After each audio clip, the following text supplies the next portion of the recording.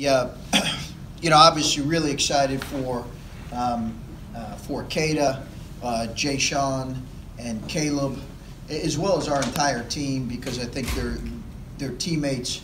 We just told them up after practice, and it was a mob scene, going down the line with Kada. I mean, big guys go crazy. We've known that all year. We've got something special with those guys pulling for each other. But they were so happy for Kada, and really happy for JT, and really happy for Caleb, and nearly tore a couple of those guys ACL tackling them, so we had to put a stop to that. But really happy for those three guys. I think it's well deserved, given where when we do all conference teams, we inevitably look at where do teams finish in the season, and we usually go off the top 3, 4, 5 teams in the league. So really well deserved, and just really happy for them.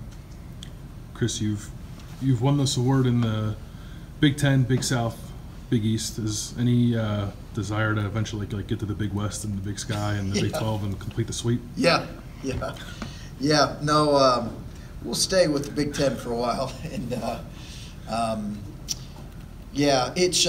think it's the coaches having your peers vote. I mean, obviously you guys, I appreciate that too, but having your peers vote is a really nice thing. But I think we've been really blessed. Coaches at times, I really feel like we get too much. Head coaches get too much credit. Now we get our fair share of blame too, right? And that comes with the job. But I've got an outstanding staff, and it's really a collaborative effort. It really is. Ryan Peden and Mike Schrage and Terry Johnson, and having David Egelhoff, who's a holdover from Thad's staff, and Scooney Penn and Kyle Davis and Mike Nettie. Those guys are really, really important to what we're doing, and I want them to feel a part of this and share in this award. I really do, and they're as deserving as I am. I get that, it's a collaborative thing, but you've been a head coach for 7 years, and you've won Coach of the Year 3 times. It's a pretty good success rate. It's how do you, compartmentalize that success, and what does that say about you as a coach, you think? I think we, just like this year, Bill, we've really had guys that have embraced how we'd like to coach, and I'll never forget, I'll never forget when I was at Gardner Webb and I got the call from Dan's counterpart and from my athletic director, and it was such a hard rebuild there.